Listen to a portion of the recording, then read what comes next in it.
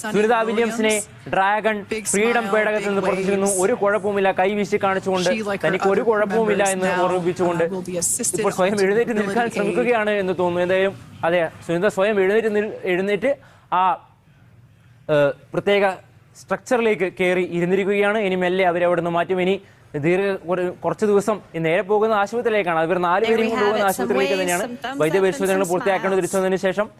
അങ്ങനെ സുനിത വില്യംസ് തിരികെ ഭൂമിയിലേക്ക് എത്തിയിരിക്കുന്നു. സുനിത വില്യംസ് 9 മാസത്തെ ബഹിരാകാശ ദൗത്യത്തിന് ശേഷം വീണ്ടും ഭൂമിയിൽ. ആരോഗ്യത്തിനൊന്നും ഒരു പ്രശ്നവുമില്ല, പ്രചാരണങ്ങളെല്ലാം വെറും പൊള്ളയായിരുന്നു എന്ന് തെളിയിച്ചുകൊണ്ട് ഒരു കുഴപ്പവുമില്ലാതെ അന്താരാഷ്ട്ര ബഹിരാകാശ നിലയത്തിന്റെ കമാൻഡർ സ്ഥാനം കൈകളിലെ സുനിത വില്യംസ് ഇതാ ബുച്ച് വിൽമോറും പുറത്തെത്തിയിരിക്കുന്നു. സുനിതയുടെ കൂട്ടാളി ബുച്ച് വിൽമോർ, സുനിതയ്ക്കൊപ്പം തന്നെ സ്റ്റാർലൈനർ തത്വത്തിന്റെ തന്നെ ഭാഗമായിരുന്ന ബുച്ച് വിൽമോർ സുനിതയ്ക്കൊപ്പം അന്താരാഷ്ട്ര ബഹിരാകാശ നിലയത്തിലെത്തി.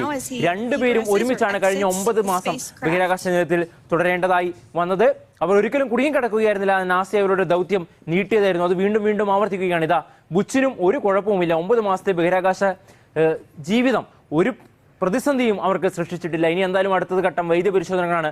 ബുച്ച് വിൽമോർ കൂടി പുറത്തെത്തിയതോടുകൂടി ക്രൂ 9 ഡ്രാഗൺ ഫ്രീഡം പേടകത്തിലെ അവസാന